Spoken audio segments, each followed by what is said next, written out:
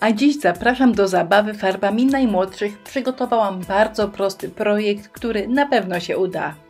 Potrzebny będzie słoik albo słoiki, efekt szronu lub lakier akrylowy matowy.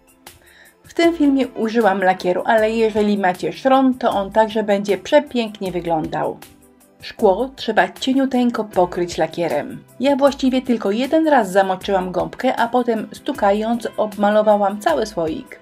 Powierzchnię lakieruję z dwóch powodów. Po pierwsze dlatego, że to ładnie wygląda, a po drugie dlatego, że na czystym szkle maluje się źle. Farba się bardzo ślizga i to nieładnie wygląda.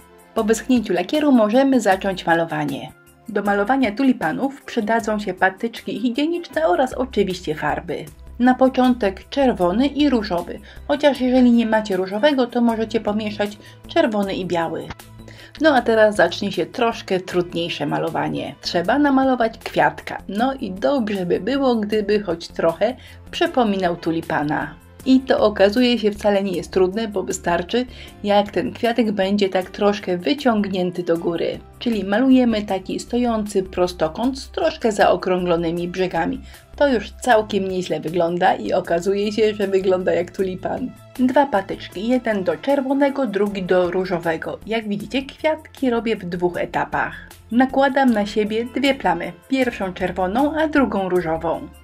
Jeżeli kwiatki mają być w innym kolorze, to tylko wymieniamy kolor farby, ale techniki malowania nie zmieniamy. Najpierw plama kolorem ciemniejszym, a na to jaśniejszy.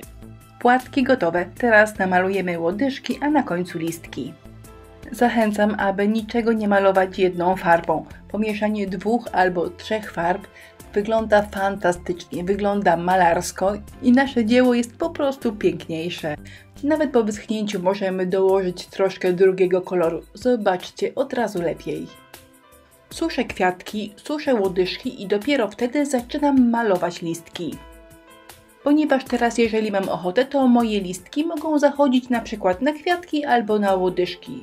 No i muszę na plus zaliczyć tulipanom, że mają bardzo proste do malowania liście, więc to także na pewno się uda.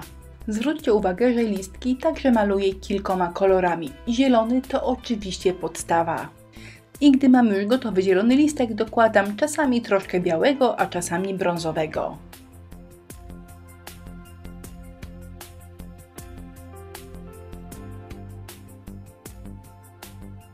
Właściwie słoiczek gotowy, wystarczy coś u góry dowiązać i powiedzieć dada, zrobione. Ale jeżeli macie ochotę, to możecie odwrócić pędzelek i porobić kropeczki, na przykład białe. Uważam, że to uroczo wygląda. Oczywiście to, czy przykleicie coś u góry, na przykład koronki czy jakieś kokardki, zależy od Was, ale uważam, że warto, bo to zawsze bardzo elegancko wygląda. Artystyczne słoiki dla najmłodszych prezentują się tak. Jeżeli skorzystacie z pomysłu i zrobicie takie cudo, to koniecznie się pochwalcie na Facebooku, na naszej grupie Inspirello i przyjaciele. Mama albo babcia mogą pokazać, co Wam wyszło. Zapraszam. A w opisie wideo zostawiam króciutką listę produktów, których używałam w filmie. Do zobaczenia.